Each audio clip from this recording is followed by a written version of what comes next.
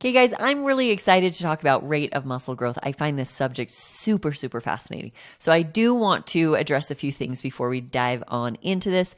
One, genetics is a real thing, and it is going to play a role in how much and how quickly you put muscle on. It's also going to play a role in the genetic muscle base that you have just kind of moving into fitness, what you're kind of born with, right? So some people are born with more than others.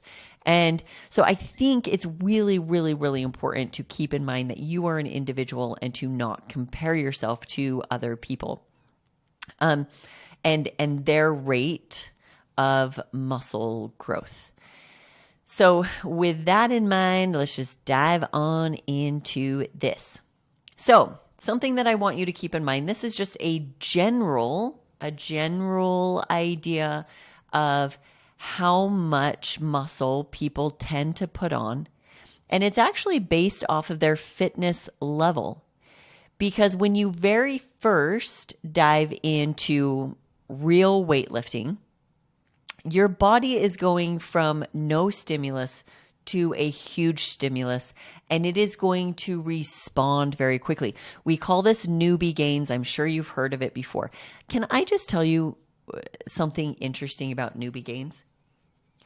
So newbie gains, people often say, well, it's the first year that you do weightlifting. But I have worked with individuals who told me they've been weightlifting for 3-4 years. And I start working with them and come to find out they really haven't been. Yes, they've been going into the gym. Yes, they've been kind of picking up weights, but their exercise selection, their intensity, all of that, like they're still a beginner. They're still a newbie. And I give them quality workouts. I improve we work on coordination and improving neurological patterns, like their coordination, their movement, their execution, their intensity. And all of a sudden, bam, they respond like they had never walked into the gym before.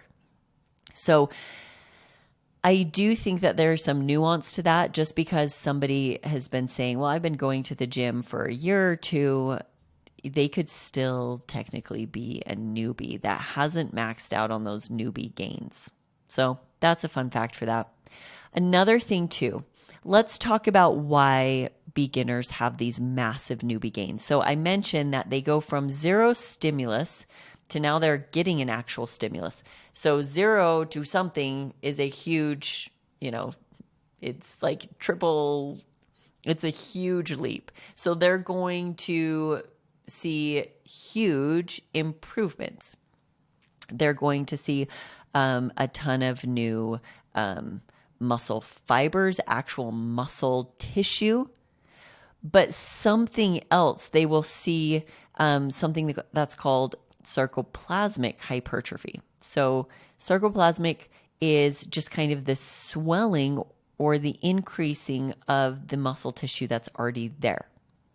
So as you use the muscle tissue that's already there, it's going to pull in more water and nutrients. So a lot of what we see with beginners is actually just that initial swelling of what's already there. But we also do see that increased capability to put on new muscle tissue itself. So both of those combined is a powerful thing, and they call those newbie gains. It's pretty much why newbies can walk in the gym, do the crappiest programming you've ever seen in your life, do the craziest things in the world, and even just look at weights and it's like, bam, they're making these huge gains. And you're like, what? I would love to do that, right? So that's usually beginners. And you can see here that with women, I mean, that can be 1 pound a month. I mean, they could be seeing after their first year 10 pounds of muscle. And that is incredible. And depending on like the genetic base of that individual, muscle base of that individual, it could be a massive shift. So when it comes to, I love this example. because here we see these the newbie gains. It is just this massive leap up. So here's time, here's progress, and you walk into the gym and it's like, bam, that first year you are going to see massive improvements. And that's whether you're in a calorie deficit, whether you're at maintenance, whatever, you're just going to see these massive improvements. And then as soon as you start hitting that intermediate, do you notice how it starts beginning to feel like it's plateauing? And then even with advanced, man, it is like inching along here. So if we go back to this, we can see that. Intermediate all the way over to the right is women, because it's showing the difference between men and women. This is rate of gains per month. Intermediate, I mean, you are lucky as an intermediate. If you can squeeze out 0.5 pound of muscle, you are beyond, like, that's awesome. Like, I've been doing this for a really long time. I don't even think I've reached advanced yet. I still think that I'm somewhere in the intermediate. But even just like putting on, 0.3 pounds of muscle a month, that's incredible, right? So things slow down a lot. So that's where things get hard though, because as a newbie, if you're used to this huge spike up, and then all of a sudden you hit like an intermediate level and things start teetering off and you're like, oh, why aren't I progressing anymore? Why is nothing changing? It's just normal. It's part of it. It takes so much more to see large changes. That's why when you see an intermediate who's still making changes, watch closely. Like, those people know what they're doing. If their body as an intermediate continues to improve and change and get better every year, that person knows what they're doing. Okay. They're working hard too in the gym. They're working really hard. So I want to show you examples of this huge spike up, right? I love this. Okay. So here we have, I looked up 3-month transformations, people who weren't lifting before, who then started lifting. And I'm excited to show you these examples. This one is massive. So this woman, this is a 3-month transformation. She's in a calorie deficit the whole time. She starts lifting weights and bam, she looks like that. Yeah, that's an incredible. This is a really, really good example because look at her shoulders even. You see her shoulders are coming in.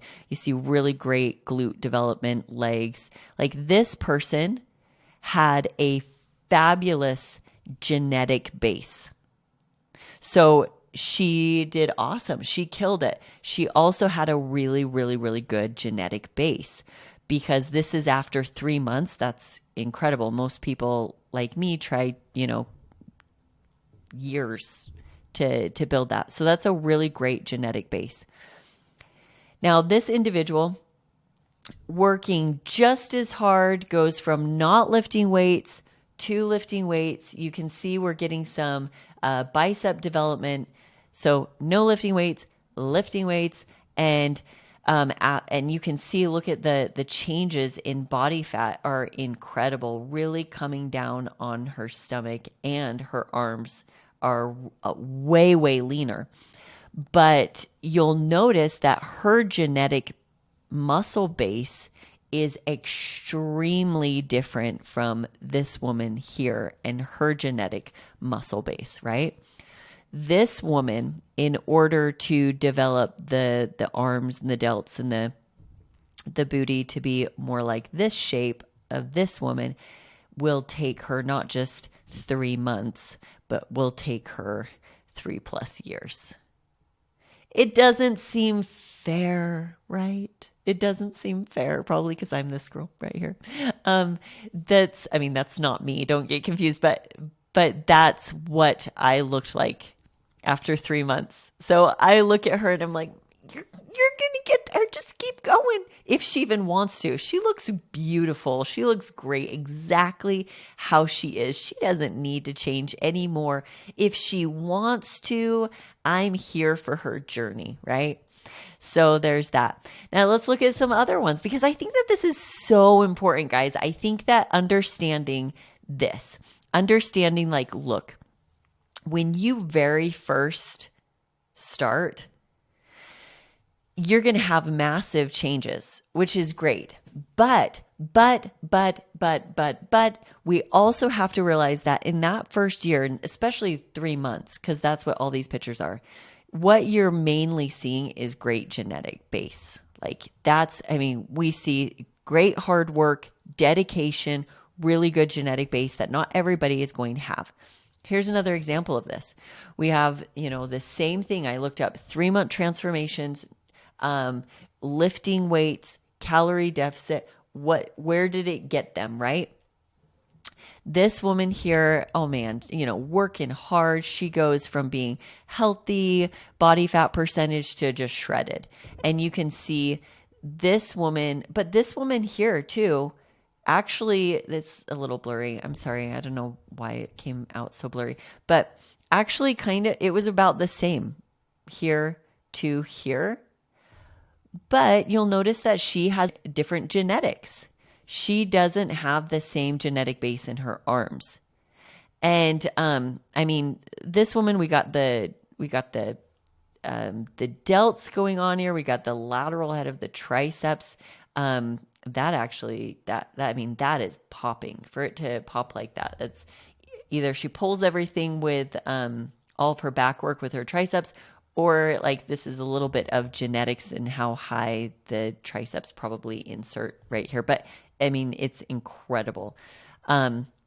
So just both of them, amazing job, beautiful bodies. A lot of times we fixate on, she must be doing something over here where her muscles are popping more after this 3 months. Hers is the magic versus this. And it's like, no, you're seeing, especially after 3 months, you're seeing a difference in genetics, a genetic muscle base. So this is why I tell people often, you got to be really, really careful about that, because a 3-month transformation where somebody goes from not lifting weights to lifting weights and getting into a calorie deficit, and they come out of it with just like, a lot of times people will be like, oh, she knew what she was doing versus this other person. That's not true. A lot of times only 3 months into their like fitness journey, we're seeing a difference of a genetic muscle base, right? That's the main thing that we're doing. And so what happens is this girl's beautiful, just gorgeous, great job. Let's just say, because not everybody's goals are the same, but let's just say, hey, she really wanted to build out, then she would have to spend far more time dedicated into builds versus her. She may be satisfied and be like, I'm there. She may be like, no, my genetic base is very different and I'm not there. And I now have to spend all this time trying to build. Unfortunately, what ends up happening a lot of times, especially with like social media, is the people who have the magic, like genetics plus 3-month transformation, then are like, people are like, wow, you have amazing delts. How did you get those delts? And she goes, well, I don't know. I did this weird random exercise. That must be it. That's the key. It's like, she doesn't even really know that at this point, a lot of these are developed, yes, hard work, amazing job in the gym, but also good portion just 3 months in, genetics. Genetics do play a role. I always hate bringing up genetics because it's like, there's this fine line of, I don't want to take away somebody's hard work, because sometimes people feel that way. Like, you've just taken away my hard work. And I'm like, I'm not taking away anybody's hard work all those pictures I just showed. Every single person put in the hard work. Some people, after 3 months of a cut and lifting weights, have the look that they want because of genetics. Other people don't because of genetics and have to then take, a different approach to get where they want to then be. And for some people, takes years, not just a 3-month transformation. So let's talk, okay, if this is the rate of muscle gain that we generally see, in beginners, you have that high probability of just seeing muscle gains. And then you'll get to a point where you just kind of plateau, or it will feel like it. Things begin to slow down. If you're used to a certain rate and things begin to slow down, you might get really frustrated and think, oh, it stopped. It hasn't stopped.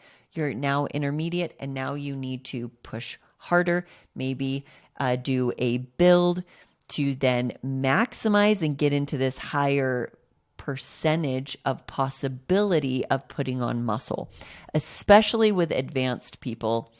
So when it comes to building muscle in a calorie deficit, it is really, really likely for the beginner. It's possible for the intermediate, becomes more difficult. You have to be smarter about it. Advanced, it becomes really, really hard.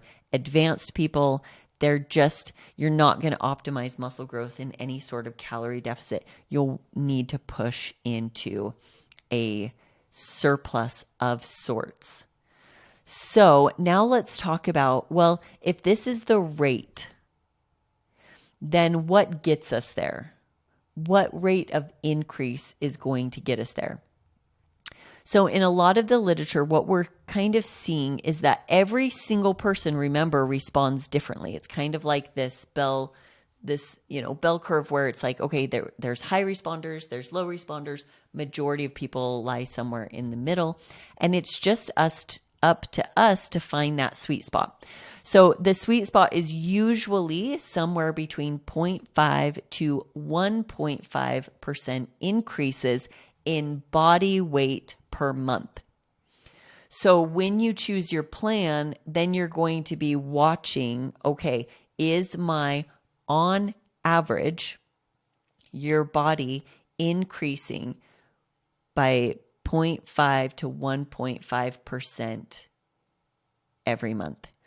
And you can choose which side of that spectrum you want to be shooting for. A more moderate or like mild approach is going to be a 0.5% increase in body weight. And I'll show you some examples of that. More moderate is going to be 1.5. Aggressive would be 2% and higher. Now, I actually don't think that we really should be going into 2% or higher. And the reason why is because if you go back to this rate of gains per month, especially with intermediate and advanced, if I were to just kind of figure out, if I look at 130 pounds, because I average around 127, 130, and if I were to say, okay, well, if I put on half a pound in a month, that's of muscle, that's awesome. That is really, really, really successful.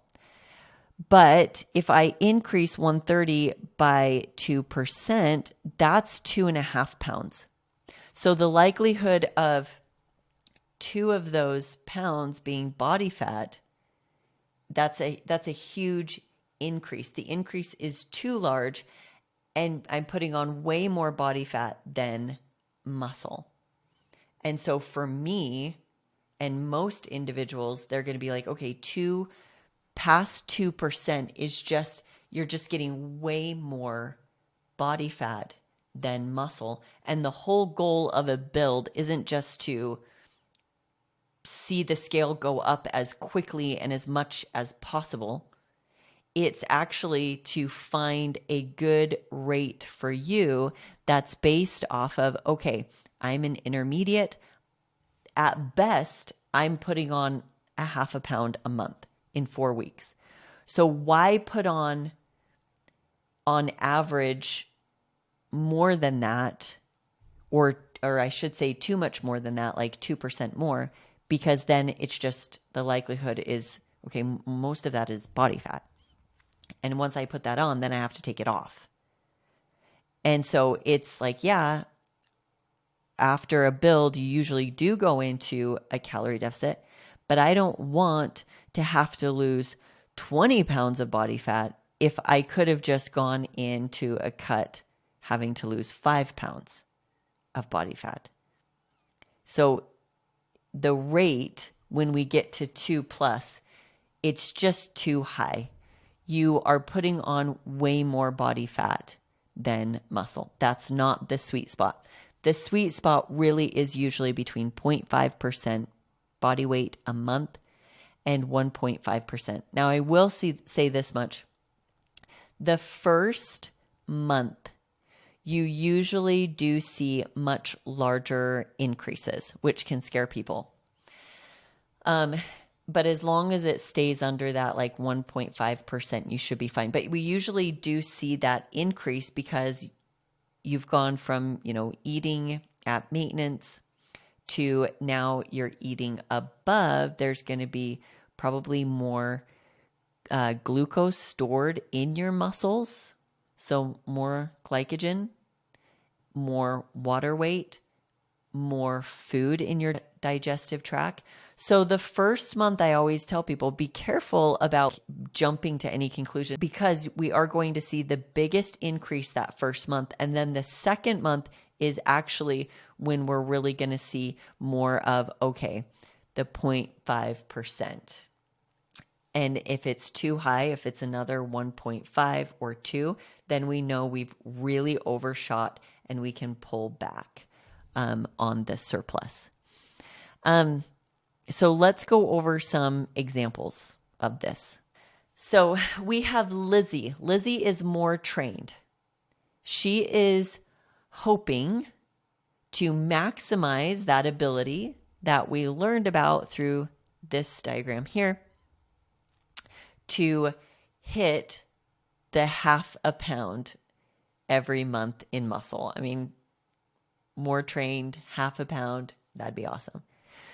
So because of that, because she's wanting to really maximize as much muscle mass as possible, she's going to aim for a little bit higher, the 1.5%, because she really wants to go a little bit more aggressive. Not too much body fat aggressive, but a leaning towards more of that aggressiveness.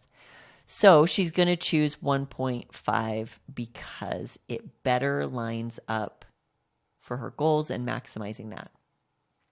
So usually what she's going to see, and once again, I'm sorry, the first month isn't this perfect, 1.5% increase. It's actually usually like a 2%. And then the second month becomes more accurate. And the third month, right? Because those, we've evened things out a little bit more. So the first month, though, I'm just showing you on average, after 5 months, she's put on almost 8 pounds. That's normal. Now, if you think about it, though, if you go back to what's possible, we have to be careful about, because I know a lot of people are going to say, well, but she can only put on 0.5 pound a month. These are guesstimates. They're not exact. And remember, some people are higher responders, some people are lower responders, some people are somewhere in the middle. All of this is somewhere in the middle. So is it possible she can put on more? Yes. But she may not, and that's just fine. She's more trained. She wants to go a little bit more aggressive. So yes, she is going to have to accept the fact that she will be putting on muscle and fat at the same time. And that's okay. So after 6 months, she can kind of get a feel for where she's at. And if she wants to do a little mini cut of 4 weeks just to pull things back a little bit and then jump back into the build, that is a great use of a mini cut. I've heard people demonize every mini cuts, that they're evil, they're bad, nobody should do it. That's not true. Context matters. And if you are doing a build and you just spent 6 months building and you want to pull back for 1 month and do a quick mini cut to tighten up so that you can then jump back into the build and keep building, that's a fantastic approach, especially when you choose a little bit higher on this percentage of 0.5% to 1.5, right? So there's one example for you. Another one is Susan. Okay, Susan is nervous about doing her first build. It's probably a lot of you. She worked so hard to lose weight and she's nervous to have to go back into a calorie deficit after a build. You're probably worried like, oh, what if I lose all of the progress that I made, right? So because of that, I would say, okay, Susan, you're going to be looking for more like 0.5%. So we want to say 0.5% will minimize fat and I'll get the most muscle possible. And that's not necessarily true. It can also minimize a little bit of the possible muscle gains, which is why the last girl, Lizzie, who's more trained, been doing this for a while, and she's like, okay, it's time. I want to go a little bit more moderately aggressive with this too. Why she's going to choose the 1.5% and not the 0.5. Susan, who's nervous, this is her first build. She's really concerned. She doesn't want to put on too much body fat, but she does want to get more muscle than if she was just sitting at maintenance. This is going to be a better approach for her. Can going at 0.5% possibly limit a little bit more of the muscle? Could she possibly get a little less than had she gone to 1.5%?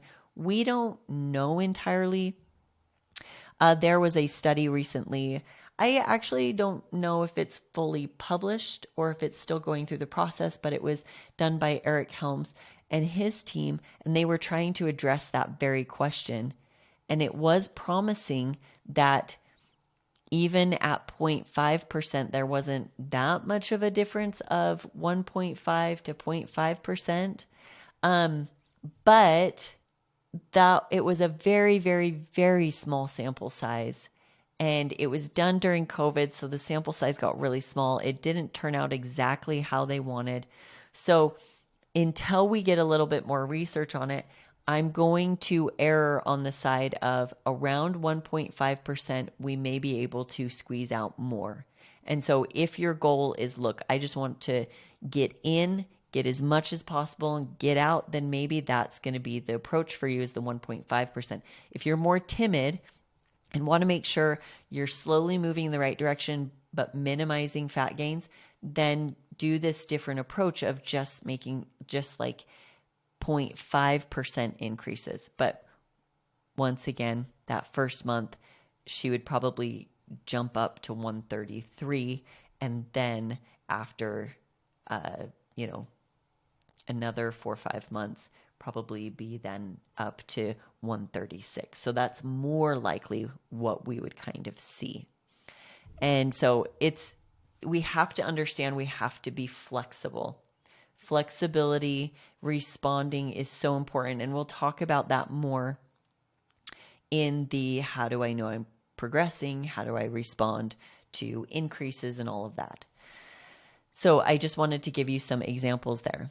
Now, what does this look like as far as calories? Well, actually, it depends because every single body is going to respond so differently, right? So let's just say back here with Susan, she wants to do the more 0.5%. So she's probably going to start out at more like maybe a 200 surplus every day. Or maybe she chooses, she's lifting 5 times a week and she's like, I'm going to stay mild here. I'm going to just increase on my lifting days to 50 and see how my body responds. And after a month, did it go up? Did it hit that 0.5%? No, then increase calories. So that's how you're going to do it. You're going to be flexible. Let's say she's like, okay, I'm going to start out at 250 every day. And then after a month, it's increased by 2%. She's, better pull back. Maybe I'll just pull back to 250 only on training days and see how that responds, or 200 only on training days and see how that responds. There is no one right way for every single person. Usually, as long as we are above between 200 to 500, we're going to see some sort of increase in the scale. And At what rate just depends on the rate that your body responds. Somebody could choose 300 and get a 1.5% response. Somebody could choose 300 and get a 0.5% response. That could have to do with consistency. It could have to do with just how their body personally responds. Okay, so you have to be flexible. But anywhere between 2 to 500 calorie increase, calorie surplus, is going to be a good first approach. You have to make the decision. Do I want to lean more towards the 0.5% increases? Then maybe I'll start at 200. Do I want to lean more towards 1.5%? Then maybe I will start out with 350 and see how my body responds. Maybe you want to lean more towards 1.5, but you're a little nervous, so you start out at 250 and see how your body responds, and you respond accordingly. But just make sure that you're somewhere between 2 to 500, and depending on the rate that you want to see will be whether you're at 200 or 500. Okay, that's really, really important. You have to be flexible in these approaches. So now you understand you need more calories over majority of time of the year. You understand and know about-ish where your maintenance is. And now you should be able to pause and ask yourself, okay, what calorie surplus am I going to start with? And you can make that decision right now.